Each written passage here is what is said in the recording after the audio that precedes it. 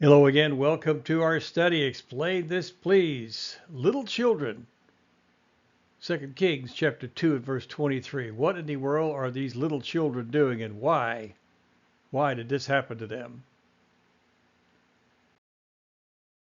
We read in 2 Kings chapter 2 verse 23. Now this is Elisha. This was the servant of Elijah who was taken up, as we understand, into a whirlwind into heaven. But later Elisha left there to go up to Bethel. And as he was traveling along the road, some insignificant young men, now this is young men now, came from the city and started mocking him. And they told him, "Get on up, Baldy. Get on up, Baldy." Now in the King James it says, "Thou bald head, thou bald head." Okay, so they're mocking him.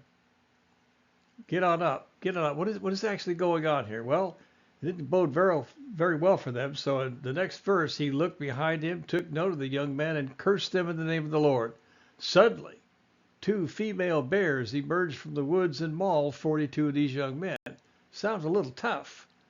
Just because they're mocking him? It's a bit more than that. You see, Elijah went up to Bethel. They came forth. In the King James, it says, little children out of the city and mocked him. Well, the Hebrew word here does not mean little children, like tiny children, any more than does the word used by Jesus in 21:15 say, "Children, have you any meat?" See, both terms have a general meaning. The children who mocked Elijah were punished so severely, no doubt. They were young men. Well, it's with great disdain and vehement disdain, as the word signifies, deriding both his person and Elisha's ministry, and that from a profane contempt of the true religion and passionate love to that idolatry which he was opposed to, they come up against him. They're making fun of him.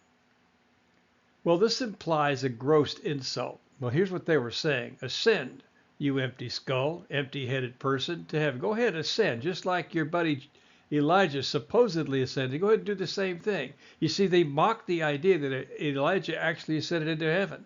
Well, this was blasphemy against God. And God tapped two she-bears on the shoulder and said, "There's your target."